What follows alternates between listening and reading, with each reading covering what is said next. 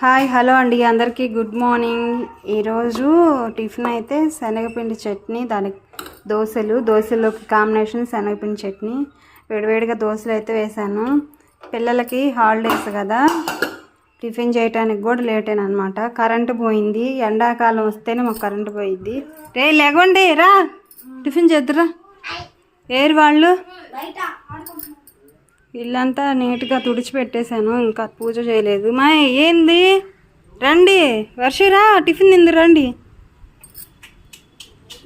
ఇలా ఉంటే వెళ్ళి నిన్ను వీడియో ఇట్లా దాములు రా వర్షదా దా తిందు రండి.